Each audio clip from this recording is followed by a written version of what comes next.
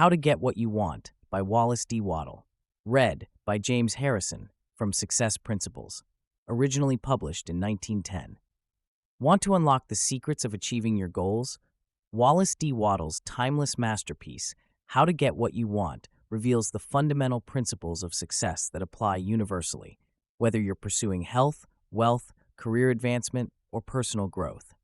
Through powerful concepts like power consciousness and constructive action, Wattles shows how anyone can tap into their innate potential to create the life they desire.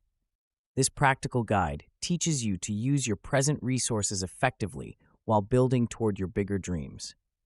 Don't miss out on these transformative insights. Like, share, and subscribe to access more life-changing wisdom that has helped countless people achieve their goals. Chapter 1. Getting what you want is success. And success is an effect coming from the application of a cause.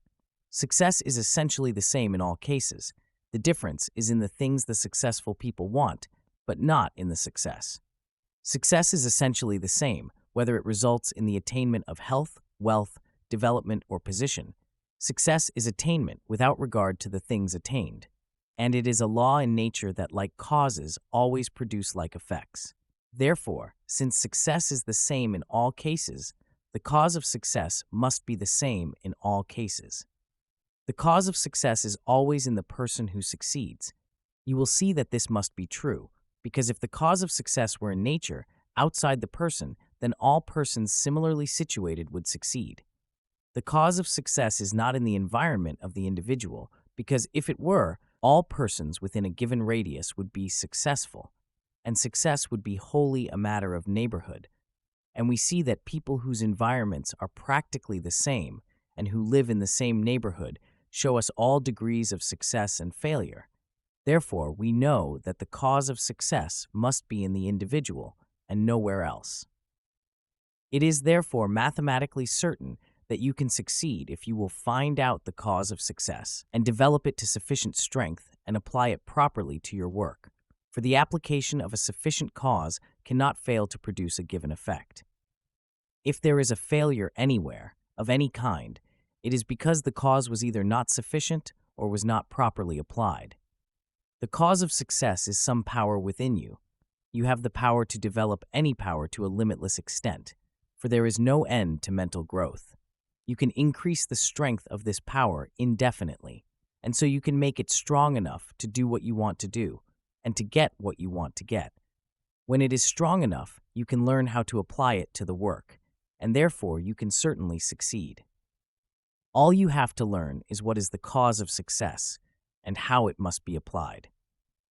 The development of the special faculties to be used in your work is essential. We do not expect anyone to succeed as a musician without developing the musical faculty. And it would be absurd to expect a machinist to succeed without developing the mechanical faculty, a clergyman to succeed without developing spiritual understanding and the use of words, or a banker to succeed without developing the faculty of finance. And in choosing a business, you should choose the one which will call for the use of your strongest faculties. If you have good mechanical ability and are not spiritually minded and have no command of language, do not try to preach. And if you have the taste and talent to combine colors and fabrics into beautiful creation in millinery and dress, do not learn typewriting or stenography. Get into a business which will use your strongest faculties and develop these faculties all you can, and even this is not enough to ensure success. There are people with fine musical talent who fail as musicians, with good mechanical ability who fail as carpenters, blacksmiths, and machinists, with deep spirituality and fluent use of language who fail as clergymen, with keen and logical minds who fail as lawyers, and so on. The special faculties used in your work are the tools you use, but success does not depend alone on having good tools. It depends more on the power which uses and applies the tools. Be sure that your tools are the best and kept in the best condition. You can cultivate any faculty to any desired extent. The application of the musical faculty causes success in music. That of the mechanical faculty causes success in mechanical pursuits. That of the financial faculty causes success in banking, and so on. And the something which applies these faculties or causes them to be applied is the cause of success. The faculties are tools. The user of the tools is you, yourself. That in you, which can cause you to use the tools in the right way, at the right time, and in the right place, is the cause of success.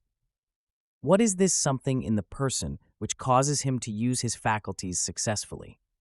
What it is and how to develop it will be fully explained in the next section. But before taking that up, you should read this section over several times so as to fix upon your mind the impregnable logic of the statement that you can succeed. You can, and if you study the foregoing argument well, you will be convinced that you can, and to become convinced that you can succeed is the first requisite to success. Chapter 2. The faculties of the human mind are the tools with which success is attained, and the right application of these tools to your work or business will do it successfully and get what you want. A few people succeed because they use their faculties successfully, and the majority, who have equally good faculties, fail because they use them unsuccessfully. There is something in the man who succeeds which enables him to use his faculties successfully, and this something must be cultivated by all who succeed. The question is, what is it? It is hard to find a word which shall express it and not be misleading. This something is poise, and poise is peace and power combined, but it is more than poise, for poise is a condition, and this something is an action as well as a condition. This something is faith, but it is more than faith, as faith is commonly understood. As commonly understood, faith consists in the action of believing things which cannot be proved, and the something which causes success is more than that. It is conscious power in action. It is active power, consciousness. Power consciousness is what you feel when you know that you can do a thing, and you know how to do the thing. If I can cause you to know that you can succeed, and to know that you know how to succeed, I have placed success within your grasp. For if you know that you can do a thing, and know that you know how to do it, it is impossible that you should fail to do it, if you really try. When you are in full power consciousness, you will approach the task in an absolutely successful frame of mind. Every thought will be a successful thought, every action a successful action, and if every thought and action is successful, the sum total of all your actions cannot be failure. What I have to do in these lessons, then, is to teach you how to create power consciousness in yourself, so that you will know that you can do what you want to do, and then to teach you how to do what you want to do. Read again the preceding section. It proves by unanswerable logic that you can succeed. It shows that all that is in any mind is in your mind, the difference, if any, being in development. It is a fact in nature that the undeveloped is always capable of development. We see then that the cause of success is in you and is capable of full development. Having read this, you must believe that it is possible for you to succeed. But it is not enough for you to believe that you can. You must know that you can, and the subconscious mind must know it as well as the objective mind. People have a way of saying, "He can who thinks he can," but this is not true. It is not even true that he can who knows he can, if only the objective mind is spoken of, for the subconscious mind will often completely set aside and overcome what is positively known by the objective mind. It is a true statement, however, that he can whose subconscious mind knows that he can, and it is especially true if his objective mind has been trained to do the work. People fail because they think, objectively, that they can do things, but do not know, subconsciously, that they can do them. It is more than likely that your subconscious mind is even now impressed with doubts of your ability to succeed, and these must be removed, or it will withhold its power when you need it most. The subconscious mind is the source from which power comes in the action of any faculty, and a doubt will cause this power to be withheld, and the action will be weak. Therefore, your first step must be to impress your subconscious mind with that fact that you can. This must be done by repeated suggestions. Practice the following mental exercise several times a day, and especially just before going to sleep. Think quietly about the subconscious mentality, which permeates your whole body as water permeates a sponge.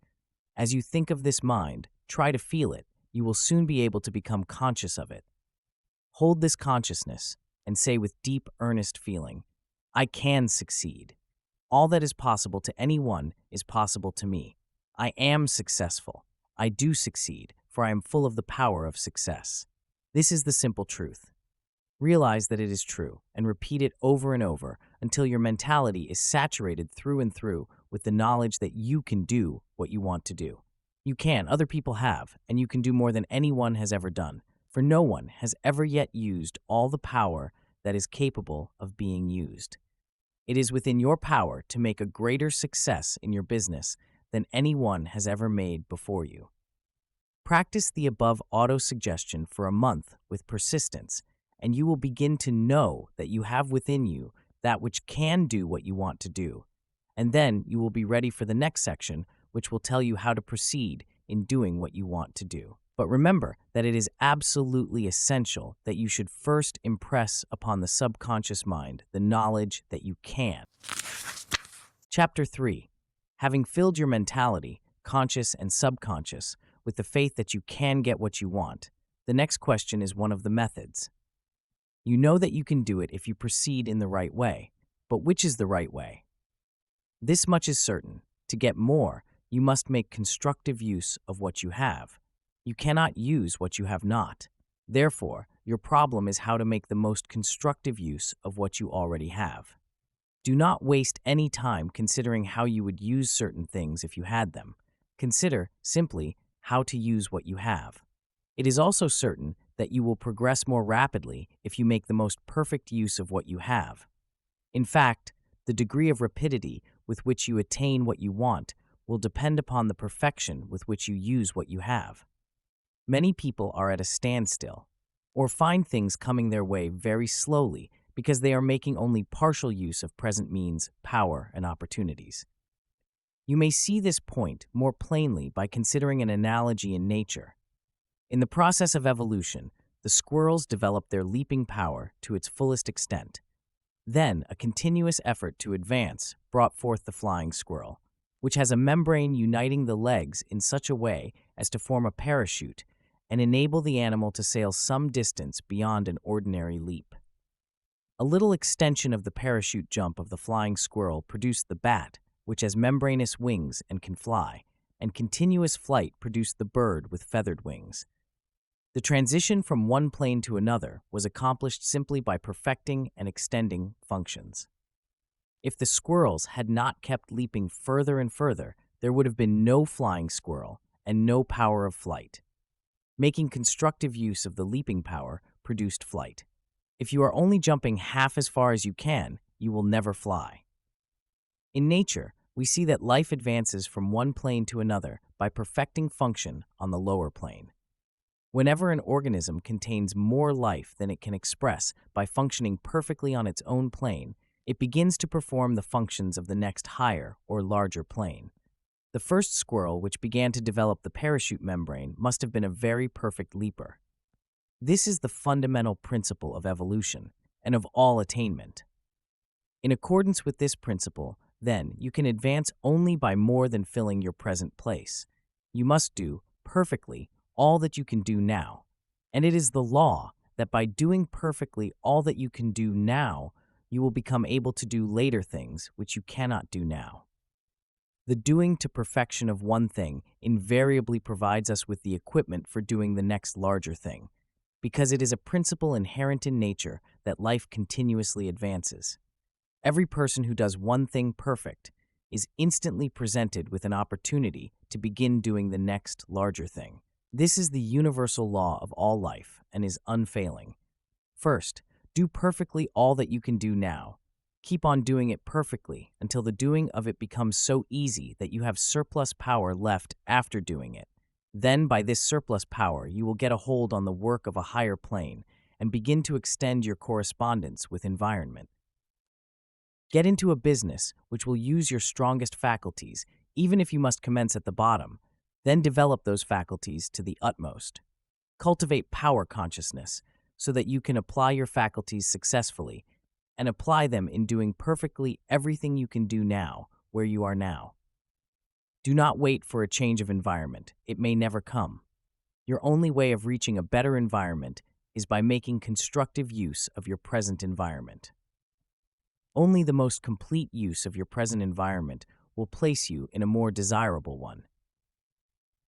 If you wish to extend your present business, remember that you can only do it by doing in the most perfect manner the business you already have. When you put life enough into your business to more than fill it, the surplus will get you more business. Do not reach out after more until you have life to spare after doing perfectly all that you have to do now. It is of no advantage to have more work or more business than you have life to do perfectly. If that is the case, increase your vital power first. And remember, it is the perfection with which you do what you have to do now that extends your field and brings you in touch with a larger environment. Bear in mind that the motive force which gets you what you want is life, and that what you want, in the last analysis, is only an opportunity to live more, and that therefore you can get what you want only through the operation of that universal law by which all life advances continuously into fuller expression. That law is that whenever an organism has more life than can find expression by functioning perfectly on a given plane, its surplus life lifts it to the next higher plane. When you put enough of yourself into your present work to do it perfectly, your surplus power will extend your work into a larger field. It is also essential that you should have in mind what you want, so that your surplus power may be turned in the right direction. Form a clear conception of what you seek to accomplish, but do not let what you seek to accomplish interfere with doing perfectly what you have to do now. Your concept of what you want is a guide to your energies and an inspiration to cause you to apply them to the utmost to your present work. Live for the future now. Suppose that your desire is to have a department store, and you have only capital enough to start a peanut stand. Do not try to start a department store today on a peanut stand capital, but start the peanut stand in the full faith and confidence that you will be able to develop it into a department store. Look upon the peanut stand merely as the beginning of the department store, and make it grow. You can get more business by using constructively the business you have now. Get more friends by using constructively the friends you already have. Get a better position by using constructively the one you now have. Get more domestic happiness by the constructive use of the love that already exists in your home. Chapter 4. You can obtain what you want only by applying your faculties to your work and your environment. You become able to apply your faculties successfully by acquiring power consciousness, and you go forward by a concentration on today's work and by doing perfectly everything that can be done at the present time. You can get what you want in the future only by concentrating all your energies upon the constructive use of whatever you are in relation with today. An indifferent or half-hearted use of the elements in today's environment will be fatal to tomorrow's attainment.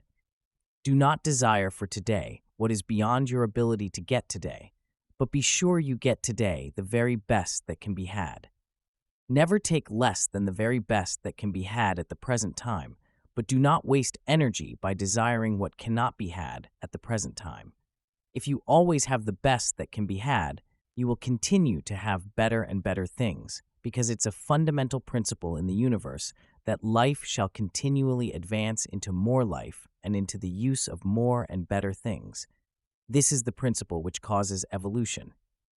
But if you are satisfied with less than the best that can be had, you will cease to move forward. Every transaction and relation of today, whether it be business, domestic, or social, must be made a stepping stone to what you want in the future. And to accomplish this, you must put into each more than enough life to fill it. There must be surplus power in everything you do. It is this surplus power which causes advancement and gets you what you want. Where there is no surplus power, there is no advancement and no attainment. It is the surplus of life above and beyond the functions of present environment which causes evolution. And evolution is advancing into more life or getting what you want. Suppose, for instance, you are in trade or a profession and wish to increase your business. It will not do, when you sell goods or service, to make the matter a merely perfunctory transaction, taking the customer's money, giving him good value, and letting him go away feeling that you had no interest in the matter beyond giving him a fair deal and profiting thereby. unless he feels that you have a personal interest in him and his needs, and that you are honestly desirous to increase his welfare. You have made a failure and are losing ground. When you can make every customer feel that you are really trying to advance his interests as well as your own, your business will grow. It is not necessary to give premiums or heavier weights or better values than others give to accomplish this. It is done by putting life and interest into every transaction, however small. If you desire to change your avocation, make your present business a stepping stone to the one you want. As long as you are in your present business, fill it with life. The surplus will tend toward what you want. Take a live interest in every man, woman, and child you meet in either a business or social way, and sincerely desire the best for them. They will soon begin to feel that your advancement is a matter of interest to them, and they will unite their thoughts for your good. This will form a battery of power in your favor and will open ways of advancement for you. If you are an employee and desire promotion, put life into everything you do. Put in more than enough life and interest to fill each piece of work. But do not be servile, never be a flunky, and above all things avoid the intellectual prostitution, which is the vice of our times in many trades and most professions. I mean by this the being a mere hired apologist for and defender of immorality, graft, dishonesty, or vice in any form. The intellectual prostitute may rise in the service, but he is a lost soul. Respect yourself. Be absolutely just to all. Put life into every act and thought and fix power-conscious thought upon the fact that you are entitled to promotion. It will come as soon as you can more than fill your present place in every day. If it does not come from your present employer, it will come from another. It is the law that whosoever more than fills his present place must be advanced. But for this law, there could be no evolution and no progress. But mark well what follows. It is not enough that you should merely put surplus life into your business relations. You will not advance far if you are a good businessman or employee, but a bad husband, an unjust father, or an untrustworthy friend. Your failure in these respects will make you incapable of using your success for the advancement of life, and so you will not come under the operation of the constructive law. Many a man who fulfills the law in business is prevented from progressing because he is unkind to his wife or deficient in some other relation of life. To come under the operation of the evolutionary force, you must more than fill every present relation. A telegraph operator desired to get away from the key and get onto a small farm, and he began to move in that direction by being good to his wife. He courted her without any reference to his desire, and from being half indifferent, she became interested and eager to help. Soon they had a little piece of ground in the edge of the town, and she raised poultry and superintended a garden while he pounded the key. Now they have a farm, and he has obtained his desire. You can secure the cooperation, not only of your wife, but of all the people around you, by putting life and interest into all your relations with them. Put into every relation, business, domestic, or social, more than enough life to fill that relation. Have faith, which is power consciousness. Know what you want in the future, but have today the very best that can be obtained today. Never be satisfied at any time with less than the best that can be had at that time, but never waste energy in desiring what is not to be had now. Use all things for the advancement of life for yourself and for all with whom you are related in any way.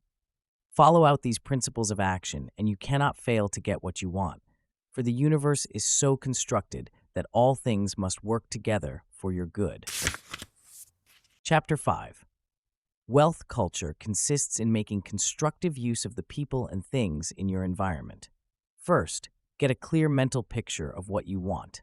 If your present business or profession is not the one most suitable to your talents and tastes, decide upon the one which is most suitable, and determine to get into that business or profession and to achieve the very greatest success in it. Get a clear idea of what you want to do, and get a mental concept of the utmost success in that business or profession, and determine that you will attain to that. Give a great deal of time to forming this concept or mental picture. The more clear and definite it is, the easier will be your work. The man who is not quite sure what he wants to build will put up a wobbling and shaky structure. Know what you want and keep the picture of it in the background of your mind night and day. Let it be like a picture on the wall of your room, always in your consciousness, night and day, and then begin to move toward it. Remember that if you have not the fully developed talent now, you can develop it as you go along. You can surely do what you want to do. It is quite likely that at present you cannot do the thing you want to do because you are not in the right environment and have not the necessary capital. But this does not hinder you from the beginning to move toward the right environment and from beginning to acquire capital. Remember that you move forward only by doing what you can in your present environment. Suppose that you have only capital enough to operate a newsstand, and your great desire is to own a department store. Do not get the idea that there is some magical method by which you can successfully operate a department store on a newsstand capital. There is, however, a mental science method by which you can so operate a newsstand as to certainly cause it to grow into a department store. Consider that your newsstand is one department of the store you are going to have. Fix your mind on the department store and begin to assimilate the rest of it. You will get it if you make every act and thought constructive. To make every act and thought constructive, every one must convey the idea of increase. Steadily hold in mind the thought of advancement for yourself. Know that you are advancing toward what you want and act and speak in this faith. Then every word and act will convey the idea of advancement and increase to others, and they will be drawn to you. Always remember that what all people are seeking for is increase. First, study over the facts in regard to the great abundance until you know that there is wealth for you and that you do not have to take this wealth from anyone else. Avoid the competitive spirit. You can readily see that if there is limitless abundance, there is enough for you, without robbing anyone else. Then, knowing that it is the purpose of nature that you should have what you want, reflect upon the fact that you can get it only by acting. Consider that you can act only upon your present environment, and do not try to act now upon environment of the future. Then remember that in acting upon your present environment, you must make every act a success in itself, and that in doing this, you must hold the purpose to get what you want. You can hold this purpose only as you get a clear mental picture of what you want. Be sure that you have that. Also, remember that your actions will not have dynamic moving power unless you have an unwavering faith that you get what you want. Form a clear mental picture of what you want. Hold the purpose to get it. Do everything perfectly, not in a servile spirit, but because you are a master mind. Keep unwavering faith in your ultimate attainment of your goal, and you cannot fail to move forward.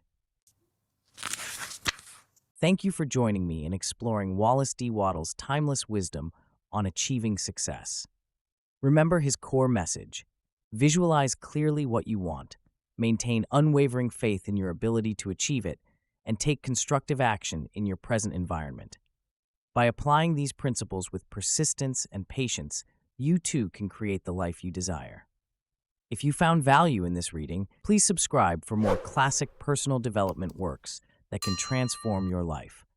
Together, we'll continue discovering the fundamental laws of success that have guided generations of achievers. Until next time, keep moving forward with purpose and faith.